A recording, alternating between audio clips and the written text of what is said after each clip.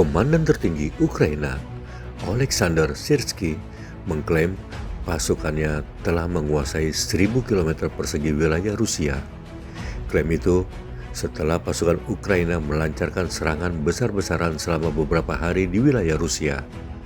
Menurut Oleksandr, Ukraina akan terus melakukan operasi ofensif di wilayah Kursk 7 hari setelah operasi dimulai. Presiden Ukraina Volodymyr Zelensky mengatakan Rusia telah membawa perang kepada negara lain dan kini hal itu kembali terjadi di Rusia. Цілком справедливо знищувати російських терористів там, де вони є, там, звідки вони завдають своїх ударів. Російські військові аеродроми, російську логістику. І ми бачимо, яку користь для наближення миру це може принести. Росію потрібно примушувати до миру, якщо вже Путін так хоче й далі воювати. Namun, Presiden Rusia Vladimir Putin menggambarkan serangan itu sebagai provokasi besar dan memerintahkan pasukan Rusia untuk mengusir musuh keluar dari wilayahnya.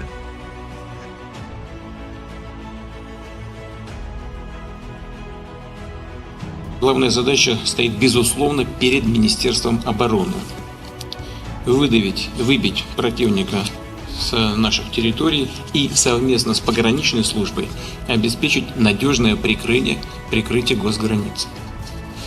Федеральная служба безопасности совместно с Росгвардией должна обеспечить режим контртеррористической ситуации и эффективную борьбу с диверсионно-разведывательными группами противника. Gubernur setempat mengatakan sekitar 28 desa di wilayah tersebut telah jatuh ke tangan pasukan Ukraina. 12 warga sipil tewas dan situasinya semakin sulit. Diketahui pasukan Ukraina melancarkan serangan mendadak Selasa lalu, maju hingga 30 km ke wilayah Rusia. Serangan tersebut dikatakan telah meningkatkan moral pihak Ukraina.